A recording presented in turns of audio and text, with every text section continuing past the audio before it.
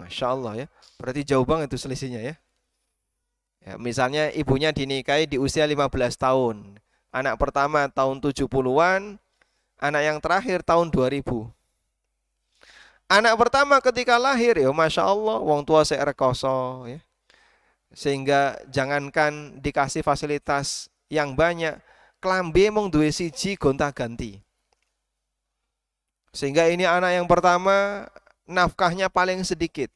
Yang lahir tahun 2000 lahir di rumah sakit. Sesar. Wis lahir wis metu duit oke, Pak. Fasilitasnya VIP karena orang tuanya sudah kaya. Sehingga nafkah untuk anak terakhir ini lebih banyak dibandingkan anak yang pertama. Boleh enggak anak yang pertama protes dengan adiknya? Boleh atau tidak? Enggak boleh. Kenapa enggak boleh? Karena masalah nafkah sesuai dengan kebutuhan. Baik. Karena itulah para ulama menegaskan bahwa kebutuhan nafkah tidak boleh dijadikan sebagai faktor koreksi terhadap warisan. Saya ulang ya.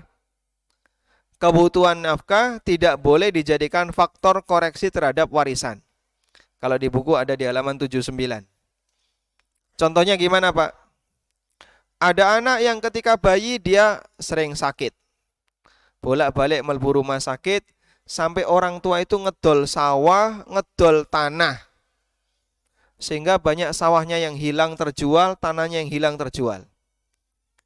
Hingga orang ini tinggal memiliki 3 petak sawah. Padahal sebelumnya dia punya 7 petak sawah. Akhirnya ketika bapak ini meninggal, maka saudaranya berembuk. Salah satu di antara saudara itu mengatakan, dhisik goro-goro kamu, bapak jual banyak sawah sampai entek saiki karek 3. Padahal dulu punya 7 petak. Banyak yang dijualin gara-gara untuk ngobati kamu. Maka sekarang kamu sudah enggak dikasih warisan. Harus dintekno kecilik di. Boleh enggak kayak gini? Enggak boleh. Lah sing arep sing loro niku pilihane sinten? Wong saya juga enggak pernah berniat untuk sakit. Enggak pernah minta kepada Allah nanti kalau lahir dalam posisi sebagai bayi yang sakit. Allah takdirkan saya sakit. Nek sing loro kowe engko sing ngentekno tanah. Karena yang namanya sakit di luar kehendak manusia. Baik. Ini yang pertama. Sehingga nafkah itu sifatnya wajib. Dia sesuai dengan kebutuhan, maka boleh beda antara satu anak dengan anak yang lain menyesuaikan apa? Kebutuhannya. Dan besar kecilnya nafkah tidak mempengaruhi perhitungan warisan. Paham insyaallah jemaah? Baik.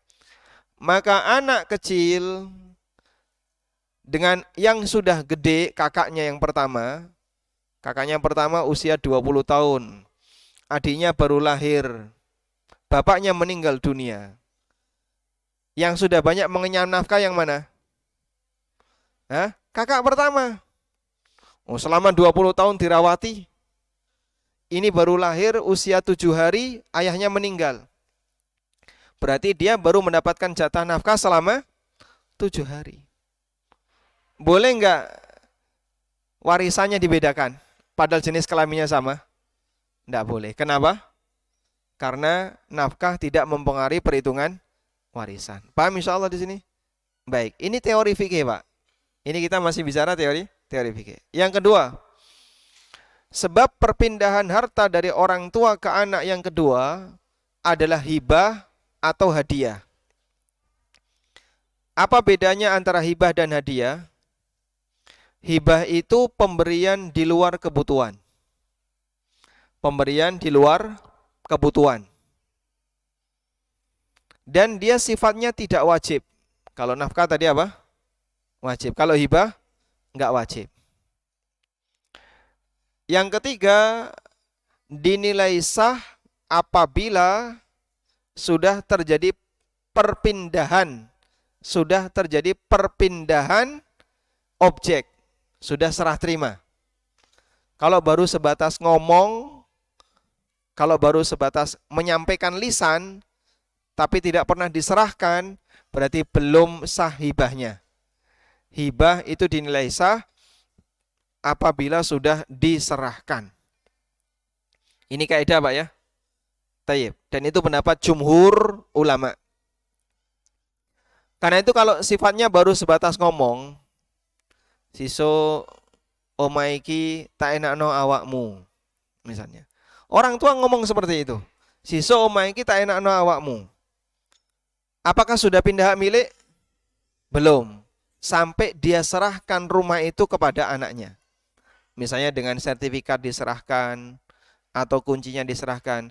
Sudah ya, ini kunci rumah, ini sertifikat, bapak ibu mau pindah. Sekarang rumah ini jadi milik kamu. Nah itu baru hibah yang pindah hak milik. Kalau baru sebatas ngomong, belum pindah hak milik. Nyuwun sewu. Kadang ada sebagian orang tua yang pangapunten Pak, perasaannya terlalu gampang labil sehingga ngomongnya nggak teratur. Akhirnya disebabkan karena orang tua seperti ini, anaknya berantem. Ada orang tua yang dia gampang emosinya berubah. Anaknya datang bawa rokok, kroso seneng langsung ngomong, sisuk tanah ini kedua awakmu. Anak yang kedua datang, gawa ake, wong tuane kroso seneng, wah, apik iki? Woi, sisuk omah iki kedua awakmu. Anak nomor telu teko mijiti saithik, wah seneng wong tuane, sisuk tanah iki kedua awakmu. Satu objek dikatakan oleh orang tua sisuk kedua awakmu kepada masing-masing anak di waktu yang berbeda. Begitu orang tua mati, mereka saling menyampaikan itu. Dulu bapak pernah bilang ini akan jadi milik saya. Loh, bapak juga pernah bilang ini jadi milik saya. Berantem dia.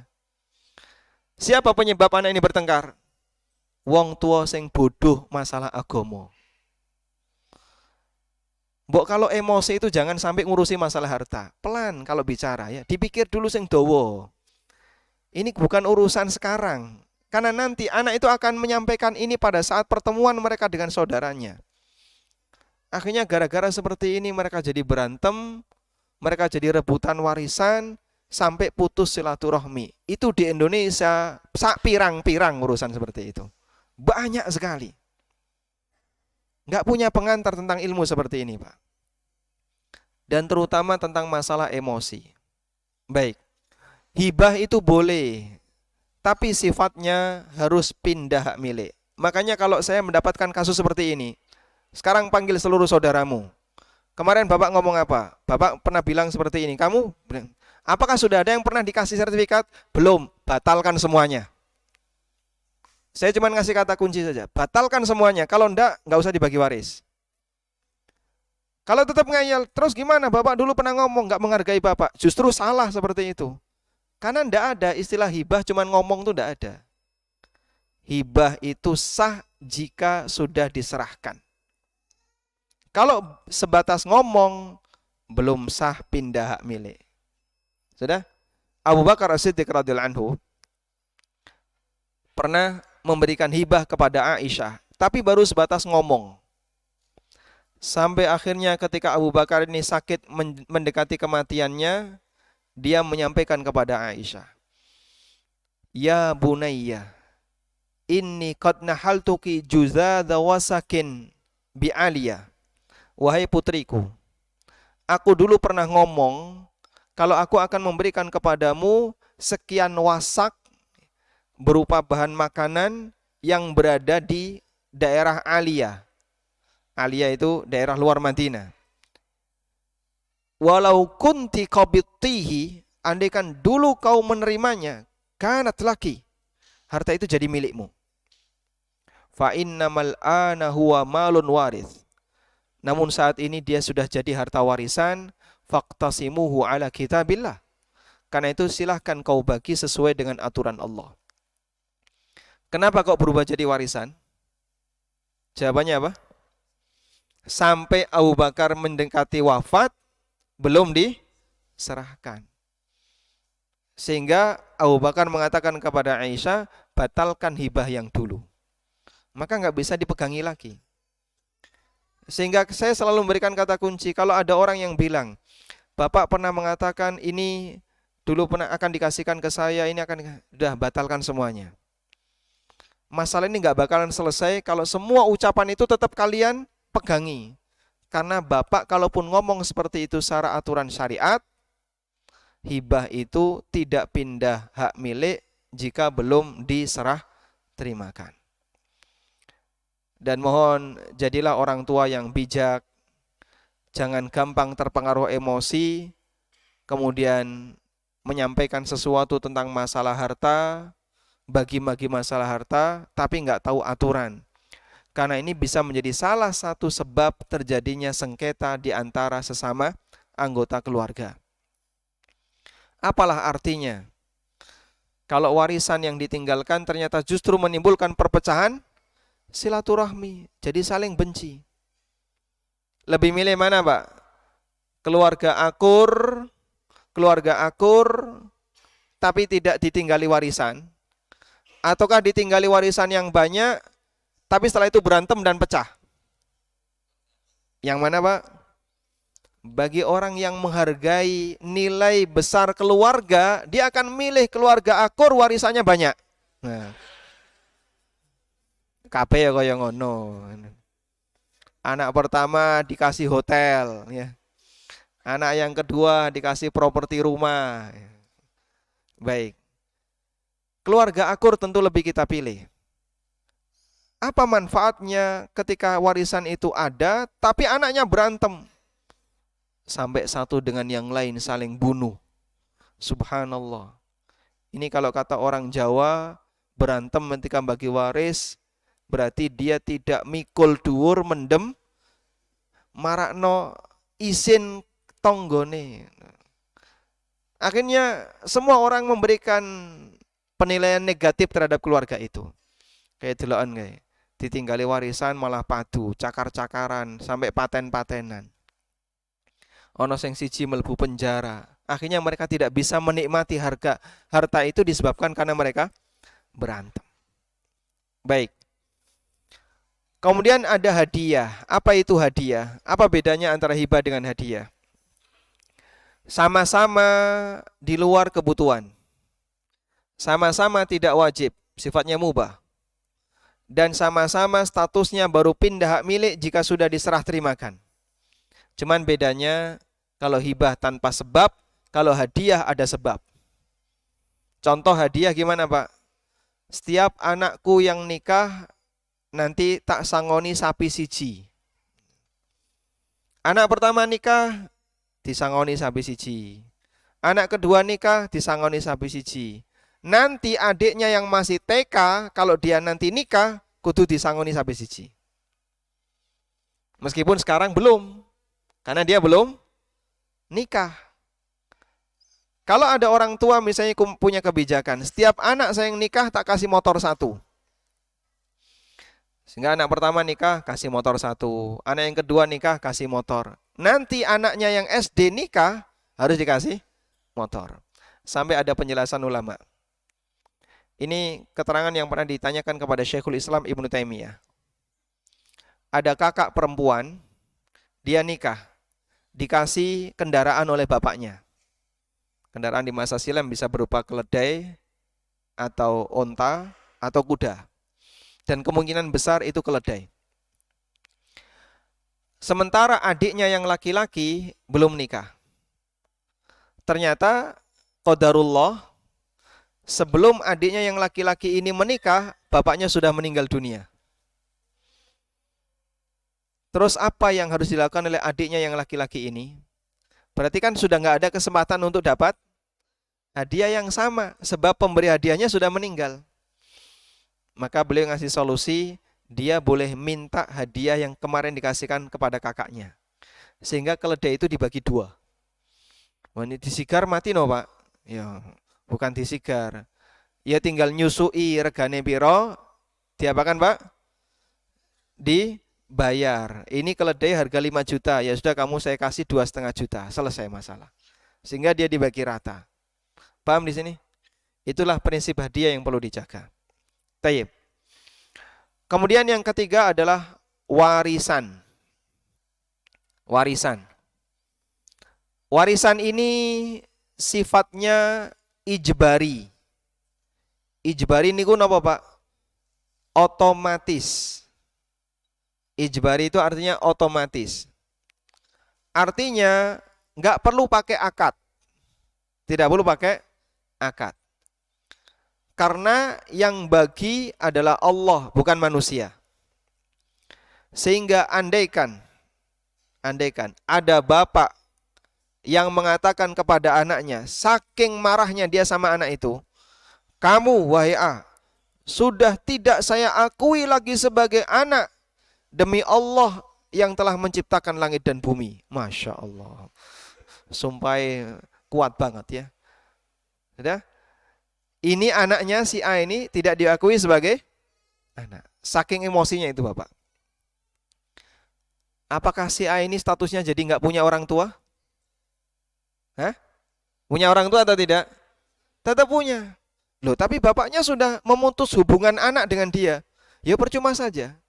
Itu ucapan yang nggak ada nilainya. Anak tetap anak, meskipun diputus hubungan. Karena tidak ada istilah mantan anak. Kamu tak cerai jadi anak saya. Pak, nek ngomong sing bener toh, Pak. Yang namanya anak selamanya akan jadi anak. Tidak ada istilah anak kemudian batal status anak gara-gara orang tuanya nggak mau nerima, itu nggak ada. Kecuali kalau dia nuduh istrinya berzina. Mbokmu dhisik karo wong liya. Dadi kowe ra tak anggap anakku. Nah, itu urusan nasab. Nanti dibuktikan di pengadilan. Tapi kalau itu adalah anak keturunannya, hasil dari dia, bukan dari orang lain, dan tidak ada bukti sepeser pun kalau istrinya berzina, kemudian dia bilang, kamu bukan anak saya, dengan maksud dia diusir agar nanti tidak dapat warisan, percuma saja. Tidak ada istilah mantan anak. Anak tetap anak, meskipun orang tuanya tidak mengakui. Sehingga tidak ada istilah gagal jadi anak gara-gara bapak tidak mau mengakui. Paham di sini? Sehingga anak ini dapat warisan enggak? Dapat enggak? Tetap dapat. Tayyib. Karena warisan itu sifatnya ijbari, otomatis. Sehingga enggak perlu begini ya. Ada orang tua yang meninggal dunia. Waktu meninggal dunia sendirian. Sebelum dia meninggal dunia, dia bingung. Wah, saya tidak melakukan akad dengan anak saya untuk warisan saya. Mboten usah nganggo akad, Pak, jenengan mati otomatis nanti Pak. Dunyane bapak jadi warisan anak. Sehingga enggak perlu, sini anak-anak kita kumpul. Saya akan buat MOU untuk pembagian warisan. Iki bapak tanda tangan, kowe kok tanda tangan ya. Perlu seperti itu, Pak? Enggak perlu. Karena sifatnya apa tadi? Ijbari. Sifatnya otomatis. Terus yang menjadi pertanyaan, lalu sejak kapan? Sudah ada peringatan ya? Oh, belum. Sejak kapan ahli waris itu memiliki harta warisan? Sejak kapan anak memiliki harta warisan? Ada beberapa pilihan jawaban. Jawaban yang pertama, sampai ibu meninggal dunia.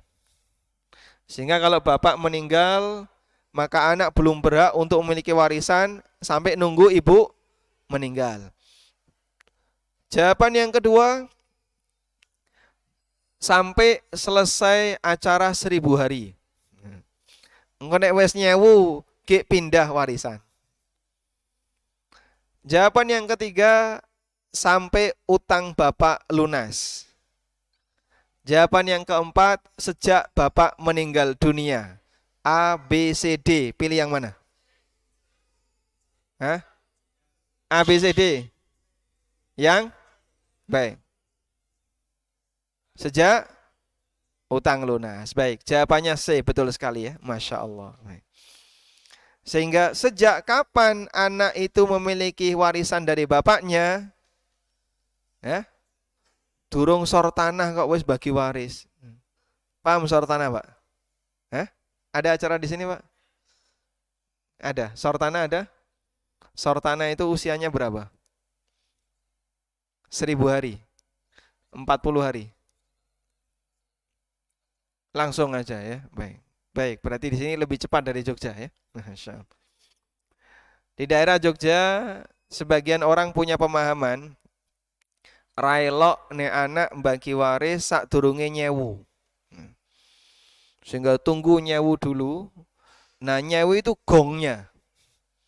Apa yang dilakukan ketika nyewu? Nek di daerah Klaten nyembelih ayam.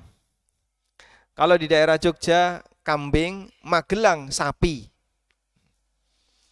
Jadi mereka mengadakan pesta dulu, makan-makan, baru setelah itu urusan pembagian warisan. Kalau ada pembagian warisan sebelum nyewu, tidak boleh. Pantangan bagi sebagian orang. Baik.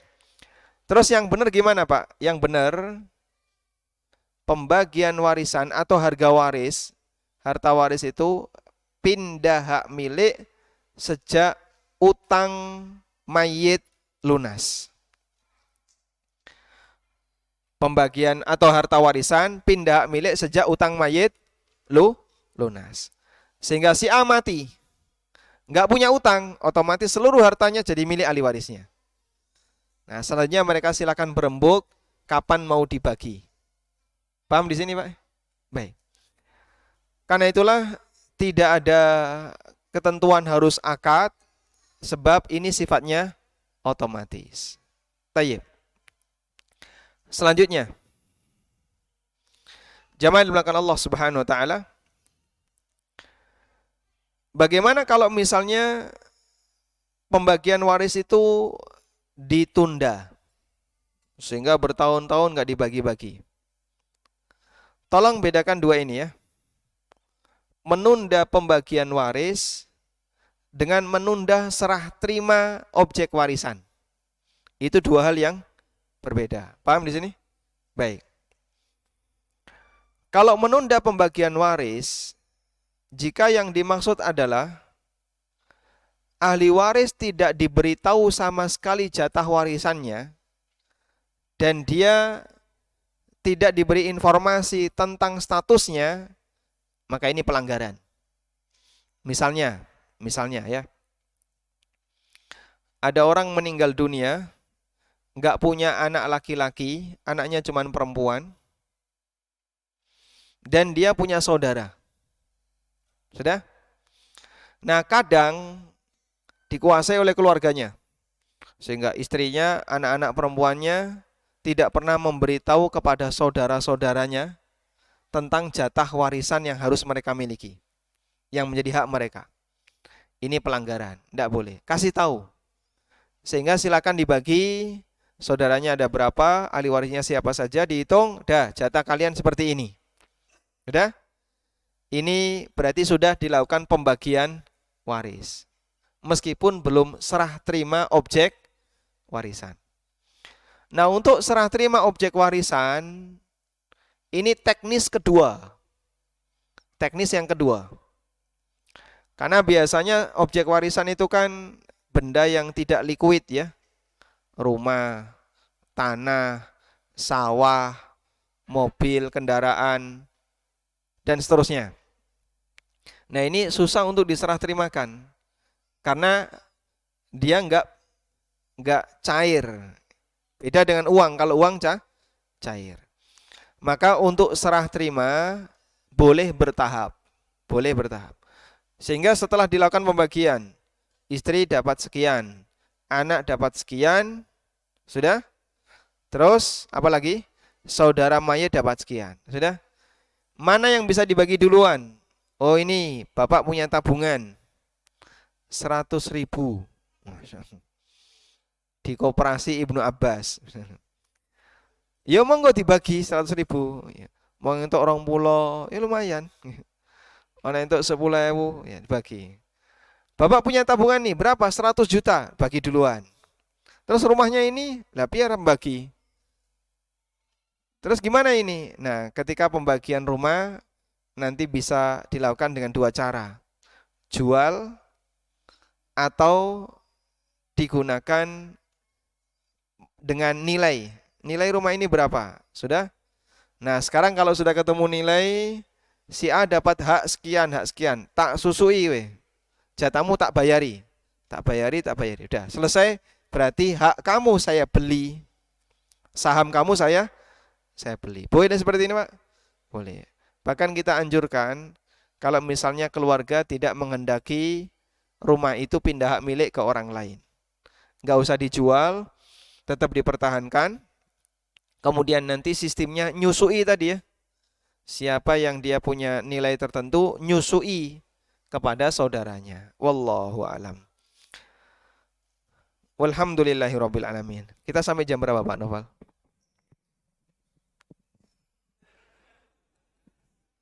Sampai jam 21. Masya Allah. Baik. Pun dahar jareng. Sudah makan belum Pak? Belum ya? Berarti jangan lama-lama ya. Baik. Baik, mungkin itu yang bisa kita sampaikan sebagai muqaddimah. Semoga bermanfaat. Wassallallahu ala nabiyyina Muhammadin wa ala alihi wa sahbihi wasallam. Ada yang mau menyampaikan secara langsung? Silakan, Pak.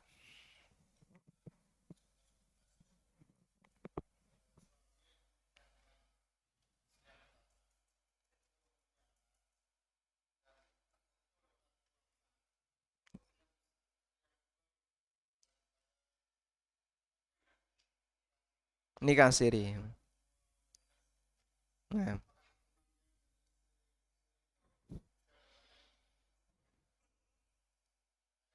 baik.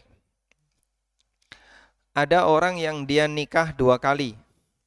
Istri pertama sah alias dilaporkan di KUA. Istri yang kedua tidak sah atau sah? Sah. Sah tapi tidak dilaporkan di KUA, nikah siri. Dan masing-masing punya keturunan. Sudah? Secara aturan agama, dari keturunan istri pertama dan kedua, siapa yang dapat warisan? Jawabannya semuanya. Baik dari pernikahan pertama maupun pernikahan yang kedua. Selama pernikahan yang kedua sah secara syariat. Karena acuan kita adalah pernikahan yang sah secara syar'i, bukan pernikahan yang sah secara negara. Karena yang sah secara negara itu sebenarnya melaporkan. Ini sudah melakukan akad nikah, dilaporkan ke KUA, lalu dilakukan pencatatan. Sehingga KUA itu tidak menilai sah dan tidak sah. Tapi ini legal atau tidak legal secara hukum negara, lalu dilakukan pencatatan. Ada nikah yang tidak sah, tapi di KUA dilegalkan. Contohnya Pak, banyak sekali. Yang laki-laki Nasrani, yang perempuan Muslimah. Boleh nggak seperti ini? Boleh nggak? Nikah ini batal, secara agama batal. Tapi secara negara dia bisa disahkan. Secara negara dia bisa disahkan. Sehingga misalnya terjadi seperti itu, lalu dia punya buku nikah, menghasilkan anak, boleh nggak dinasabkan ke bapaknya? Tidak. Kenapa? Karena pernikahannya secara syar'i tidak sah. Yang laki-laki non-muslim, yang perempuan muslimah. Atau seorang lelaki muslim menikah selain dengan wanita yang bukan muslimah dan bukan ahli kitab. Misalnya wanita musyrikin. Hukumnya apa? Tidak sah, nikah yang batal. Dan secara negara bisa saja itu dilegalkan. Nah, acuan kita yang mana? Acuan kita adalah yang legal syar'i, bukan legal negara. Untuk masalah pembagian waris. Makanya dalam masalah pembagian waris tidak ada kewajiban untuk melaporkan ke negara. Tidak ada kewajiban. Selama tidak ada sengketa, pengadilan tidak akan mengambil alih terkait pembagian itu. Tapi kalau ada sengketa, lalu itu dilaporkan ke pengadilan, barulah diambil alih oleh pengadilan untuk pembaginya. Kalau nggak ada sengketa, pengadilan tidak akan mengejar untuk mengambil alih pembagian warisan. Hanya saja nanti ketika balik nama sertifikat dari mayit kepada anak itu butuh proses di BPN. Tapi ini bukan masalah pembagian warisan karena besar kecilnya dikembalikan kepada ahli waris. Wallahu a'lam. Baik, selanjutnya. Waalaikumsalam warahmatullahi wabarakatuh.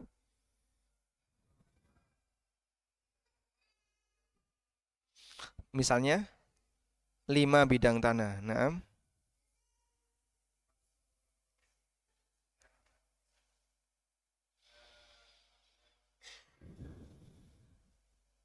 Disuruh milih.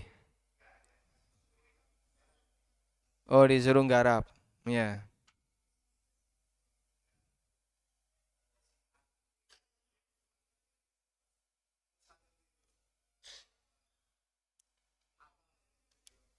Hmm. Baik.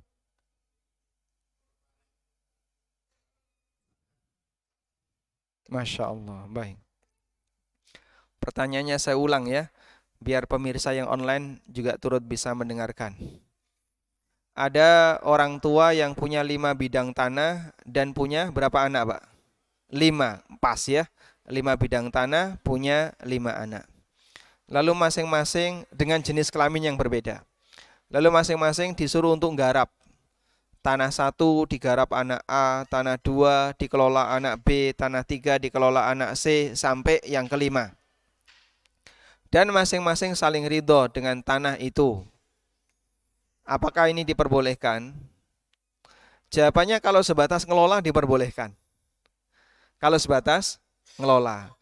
Tapi kalau pertanyaannya, apakah sudah pindah hak milik jadi milik anak? Maka yang perlu diketahui adalah apakah dulu orang tua pernah menghibahkan tanah itu ke anak? Kalau dulu pernah ngomong hibah, sah sebagai milik mereka. Apalagi sudah dikasih izin kepada masing-masing anak, kamu garap ini sudah, iku wis wekmu kabeh, tak enakno. Sah sebagai milik mereka.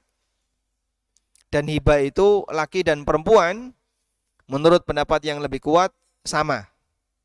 Kalau waris 2:1, kalau hibah sama.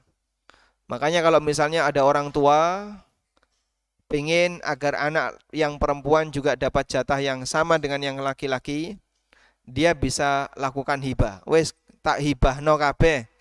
Iki wekmu ini sudah saya serahkan ya sertifikatnya, silahkan langsung balik nama. Dan sudah jadi hak kamu. Nah, kalau seperti itu maka sah sebagai hibah. Dan laki dan perempuan dalam hibah itu sifatnya apa? Sama. Wallahu a'lam. Nah, baik, silakan. Waalaikumsalam warahmatullahi wabarakatuh.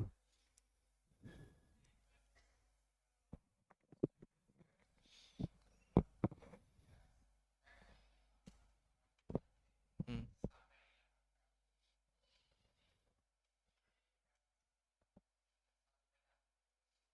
Satu peta toko, beliau sudah tidak berakal, terus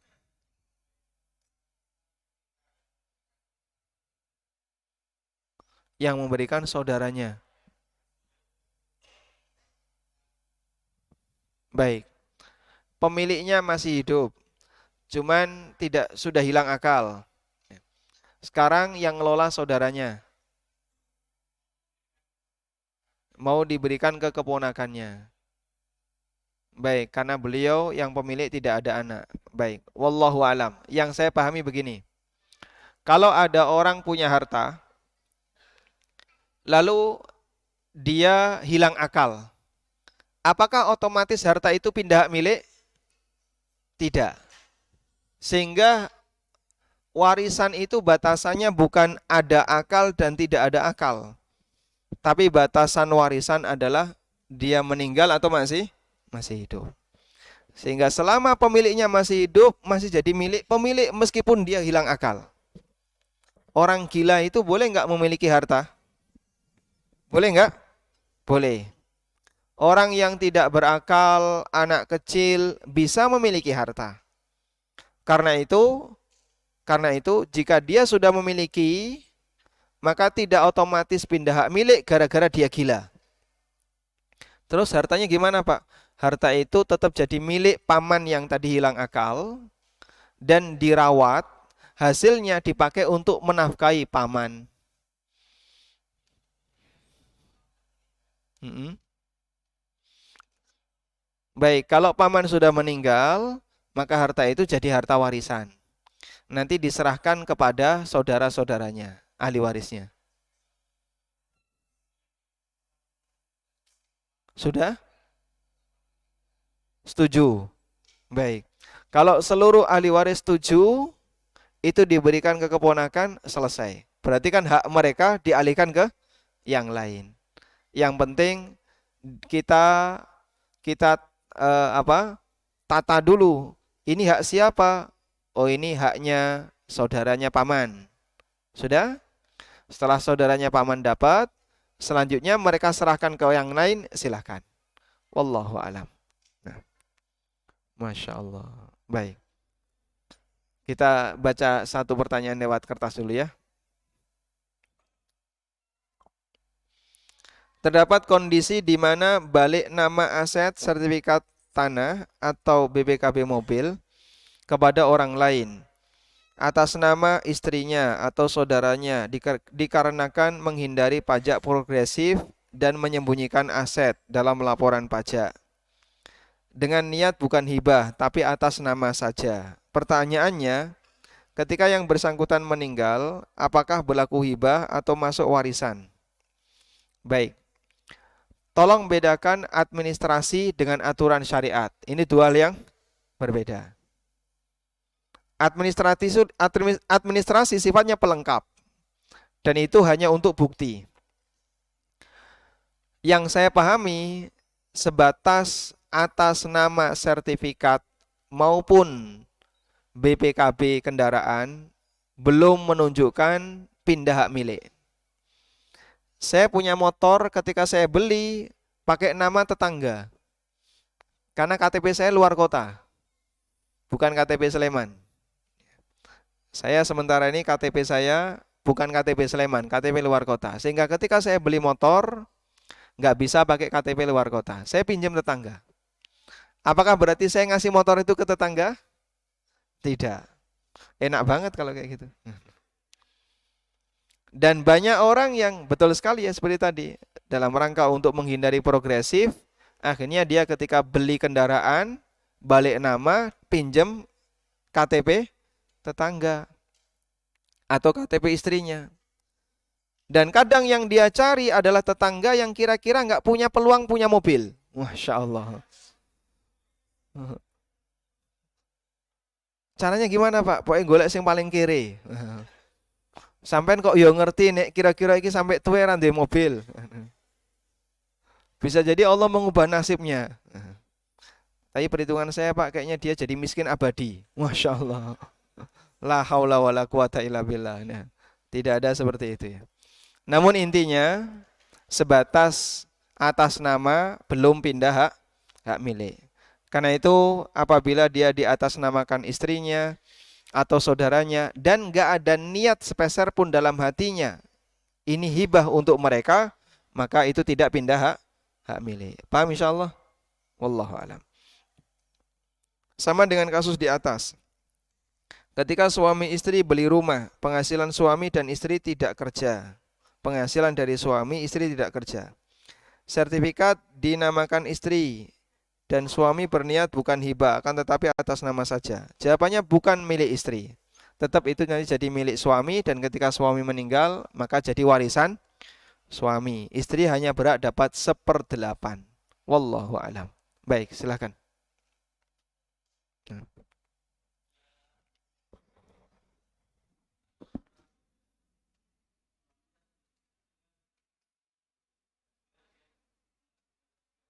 Enggak punya saudara, enggak punya anak, enggak punya saudara, enggak punya cucu, suami enggak ada, dia sendirian. Dia punya saudara jauh ke atas, nanti sepupu-sepupu dia ada. Sejauh ini tidak diketahui. Masya Allah. Ya. Ya bisa saja ada seperti itu ya. Ada orang yang dia nggak punya keluarga sama sekali, saudara ndak ada, anak ndak ada, cucu ndak ada. Ya. Dia dulu hidup berdua dengan suaminya, saudara jauh juga tidak diketahui sama sekali, terus meninggalkan harta. Maka nanti kalau terjadi kasus seperti ini, hartanya dikuasai oleh negara, diambil oleh Baitul Mal. Ya. Tapi kalau dia punya saudara jauh, haknya saudara jauh.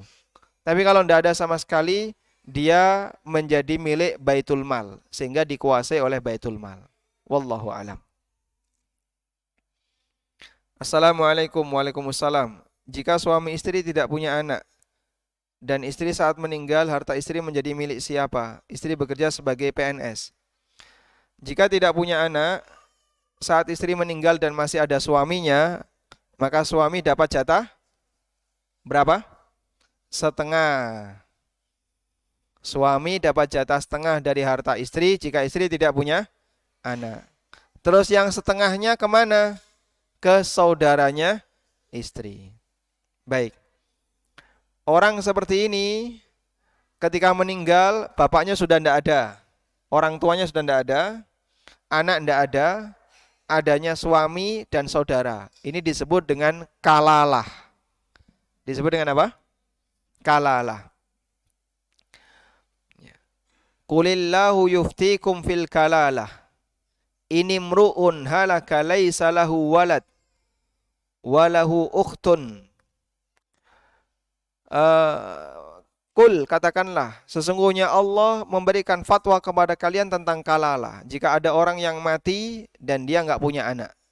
Dan dalam tafsir Abu Bakar As-Siddiq, beliau ketika ditanya tentang kalalah, kata beliau, la walid wala walad. Ke atas ndak ada, ke bawah ndak ada. Yang ada hanya yang di samping, saudara-saudara. Makanya disebut kalalah dari kata iklil. Iklil itu artinya apa ini? Yang dipakai raja itu apa? Mahkota. Iklil itu artinya mahkota. Sebab mahkota itu mengitari kepala. Makanya disebut kalalah. Nah, wallahu alam. Silakan, Pak.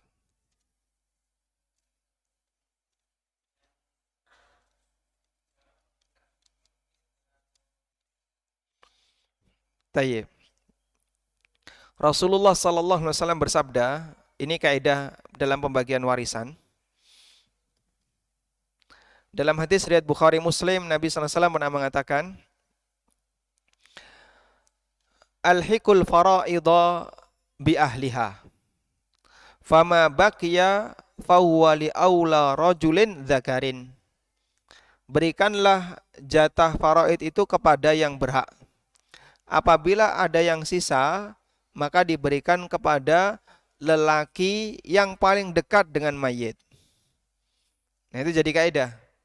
Berarti asobah itu diberikan kepada lelaki yang paling dekat dengan mayit. Karena itu yang lebih jauh terhalangi dengan yang lebih dekat. Ada anak, ada saudara. Lebih dekat mana? Anak. Maka saudara terhalang dengan keberadaan anak. Ada bapak, ada saudara. Lebih dekat mana? Maka keberadaan bapak menghalangi saudara. Dan begitu seterusnya. Ada saudara, ada paman. Lebih dekat mana? Saudara. Maka keberadaan saudara menghalangi paman. Nah. Sampai batas mana bila si mayit sudah menyampaikan saat meninggal?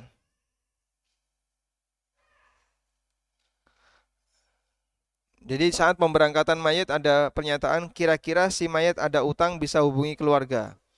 Tapi di luar itu ternyata si mayit masih punya utang di luar sepengetahuan info kalau si mayit sudah meninggal. Masya Allah. Tayyib. Dulu ada sahabat waktu meninggal dunia, beliau punya banyak utang. Siapa beliau? Zubair bin Awam radhiyallahu anhu. Dan beliau pesan sama anaknya, Abdullah bin Zubair, anak tertua. Beliau pesan sama anaknya, kalau beliau punya utang, dan berdoalah kepada Allah memohon agar dilunasi utang bapakmu. Ketika Zubair bin Awam meninggal dunia, Abdullah bin Zubair itu menunda pembagian warisan sampai 3 tahun. Dan beliau umumkan di 3 kali musim haji. Haji tahun pertama pasca Zubair meninggal, beliau umumkan siapa yang punya piutang Siapa yang punya piutang untuk Zubair, silakan nagih ke saya. Selama 3 kali musim haji, diumumkan seperti itu. Kenapa kalau di musim haji? Karena itu tempat masyarakat kumpul dari berbagai daerah. Abdullah bin Zubair nggak punya data. Utangnya Zubair itu di mana saja. Sehingga diumumkan seperti itu. Siapa yang punya piutang dari Zubair, silakan lapor ke saya. Selama 3 tahun. Baru setelah 3 tahun, beliau bagi waris. Sehingga kalau misalnya ada orang yang dia yakin bapaknya ini punya utang, tapi anaknya ini tidak tahu di mana saja utang bapaknya, boleh membuat pengumuman melalui medsos bahwa bapak telah meninggal dunia. Apabila masih ada urusan utang piutang yang belum selesai, silahkan hubungi nomor ini, anaknya. Gimana Pak? Banyak yang ngaku ya. Ya tentu saja kan tidak semuanya dikabulkan. Ya. Ada proses misalnya buktinya mana dan seterusnya. Baik. Jika ada harta waris yang sudah memenuhi syarat untuk dibagi, namun belum dibagi, siapa yang berhak atas harta waris di masa transisi kepemilikan harta tersebut? Semua warisan, semua ahli waris berhak untuk memilikinya. Sudah memenuhi ketentuan dibagi, tapi belum dibagi, siapa yang menahan itu yang berdosa. Pak, ini ditahan oleh ibu. Anak sudah minta agar segera diserahkan karena beliau membutuhkan. Tapi ibu tidak mau. Ibu masih hidup kok sudah dibagi. Kamu ini gimana? Jika terjadi demikian, maka yang dolim ibunya. Padahal jatah ibu berapa? 1/8. Karena mayat punya anak. Sisanya yang 7/8 jatahnya anak-anaknya. Kalau ibunya menghalangi, dia berdolim kepada anaknya. Wallahu alam. Jika ada salah satu anak yang tinggal bersama orang tua di rumah milik orang tua dan anak tersebut membantu dalam perbaikan di rumah tersebut. Saat orang tua meninggal, apakah biaya perbaikan dikeluarkan dulu baru bagi waris atau bagaimana?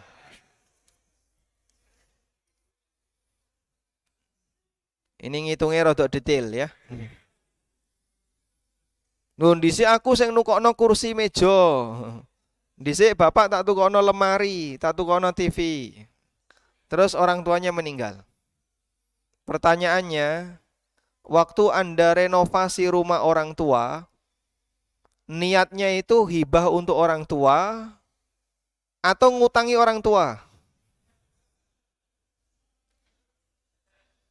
Ya dulu sih karepe ngutangi wong tua, tapi rawani ngomong. Baik, kalau memang niat Anda dikembalikan kepada niat yang memberi. Jadi status barang yang diterima orang lain yang nggak jelas itu dikembalikan kepada niat yang memberi. Ini kaidah. Sehingga misalnya si A yang melakukan itu, berarti pakai uangnya siapa? Si A. Sampai orang tua meninggal nggak jelas. Si A ini maksudnya apa dulu? Dikembalikan ke niat si A. Maka ditanya, niat kamu apa dulu? Niat saya menghibahkan untuk orang tua. Ya sudah, kalau begitu ini jadi warisan semuanya. Tapi kalau niatnya ngutangi, maka nanti harus dikembalikan dulu, baru bagi waris. Wallahu a'lam. Bapak saya sudah meninggal, harta warisan mbah saya belum dibagi. Saya sebagai cucu, apakah berhak atas warisan mbah saya? Sedangkan bapak saya sudah meninggal. Saudara bapak saya masih hidup, 1 laki-laki, 3 perempuan. Bagaimana sikap saya jika dikasih harta warisan tersebut oleh Pak Lek atau Bule? Ini penanya laki atau perempuan? Lihat tulisannya. Kalau ini elek lah, ini elek lanang. Oh gitu. Ini setengah bagus, setengah tidak ya Pak?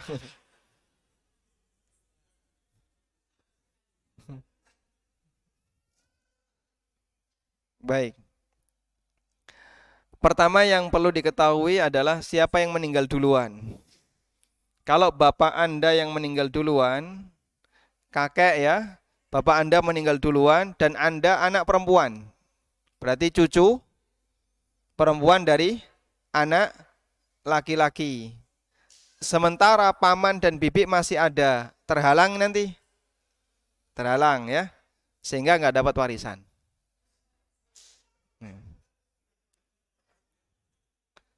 Tapi kalau kondisinya kakek meninggal duluan, warisannya belum dibagi-dibagi sampai bapak meninggal, maka nanti dilakukan perhitungan munasakhot. Perhitungan munasakhot itu perhitungan waris bertingkat. Sehingga diasumsikan bapak masih hidup. Lalu dikasihkan ke bapak. Jatahnya berapa? Sudah? Nah, dari jatah bapak itu dikasihkan ke anaknya. Ini pembagian waris bertingkat. Namanya apa tadi? Munasakhot. Di buku ada ya tentang munasakhot. Baik. Saudara laki-laki ikhlas jika harta dibagi rata dengan saudara perempuan. Apakah itu boleh atau melanggar syariat? Nah, pertama begini ya.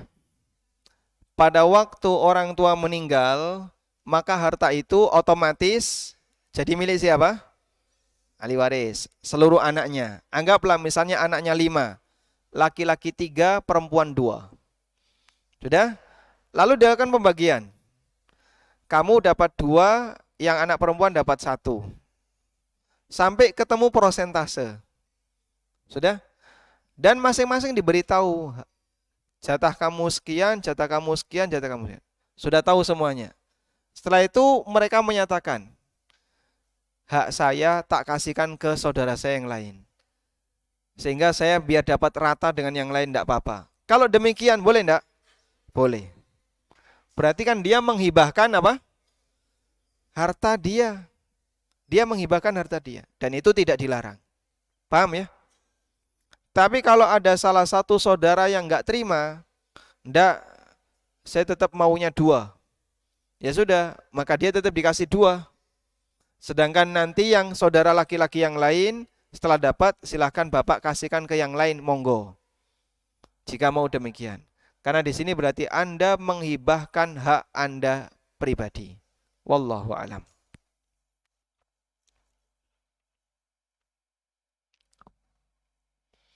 Orang yang meninggalkan warisan, harta yang ditinggalkan itu tercatat sebagai apa?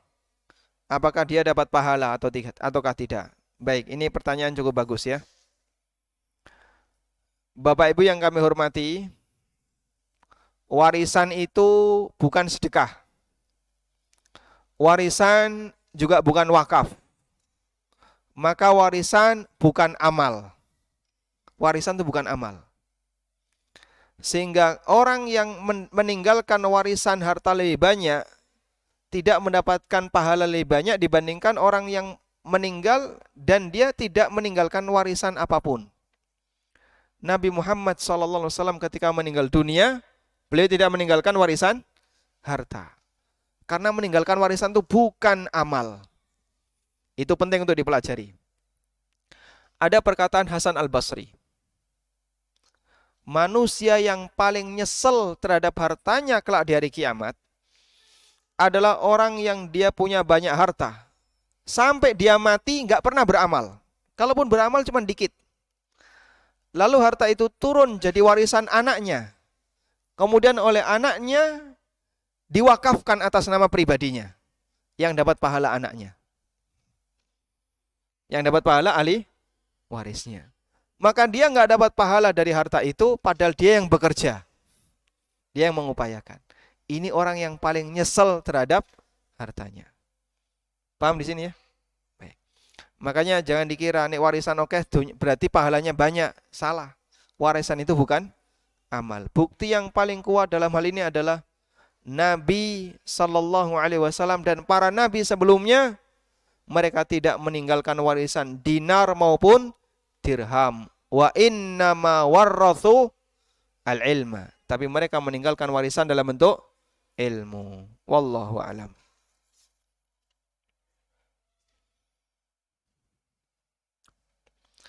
Assalamualaikum warahmatullahi wabarakatuh. Waalaikumsalam warahmatullahi wabarakatuh. Bagaimana langkah-langkah yang harus dilakukan ketika warisan sudah dibagi tapi tidak sesuai dengan syariat? Apakah harus diulang? Apabila posisi ahli waris yang dapat lebih banyak secara syariat, tapi karena tidak sesuai syariat sehingga dia dapat lebih sedikit. Ini tolong diperhatikan ini ya. Apabila sudah terlanjur pembagian warisan dilakukan tidak sesuai syariat, bagaimana solusinya? Solusi yang pertama adalah apabila seluruh ahli waris yang sudah mendapatkan jatah warisan itu merasa ridho dengan jatah warisan itu dan dia tidak nuntut sama sekali, ketika dikonfirmasi saya sudah rela, ridho, dan tidak ada yang nuntut, selesai masalah. Berarti pihak yang seharusnya dapat banyak dikasih sedikit, dia sudah apa? Ridho, nggak jadi masalah. Sudah? Karena berarti sudah merelakan haknya. Yang kedua, apabila pihak yang didolimi gara-gara pembagian warisan yang tidak syar'i itu, seharusnya anak laki-laki dapat 2, dia dikasih 1, sama dengan anak perempuan. Dia nggak ridho, maka wajib bagi saudaranya yang perempuan mengembalikan warisan yang sudah dia terima.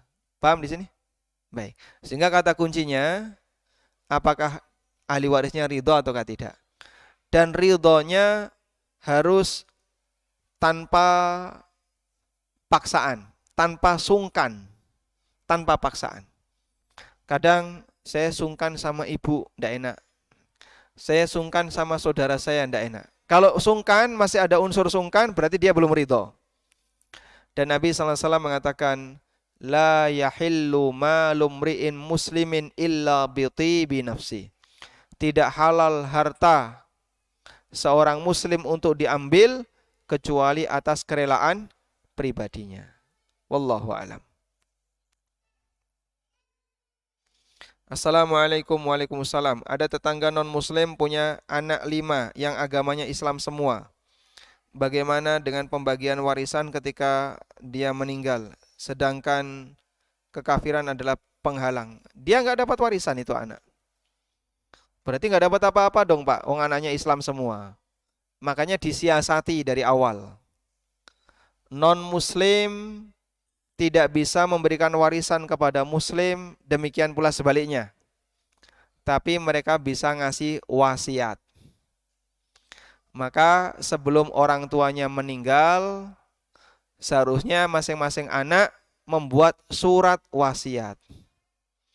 Bahwa bapak akan mewasiatkan hartanya ini nilainya sekian kepada anak A, kepada anak B, kepada anak C, laporkan ke notaris, dibuat surat wasiat, legal secara agama dan juga secara negara, sehingga nanti bisa turun ke anak yang beda agama dengan cara wasiat. Karena wasiat dari non muslim kepada muslim hukumnya boleh. Wallahu alam.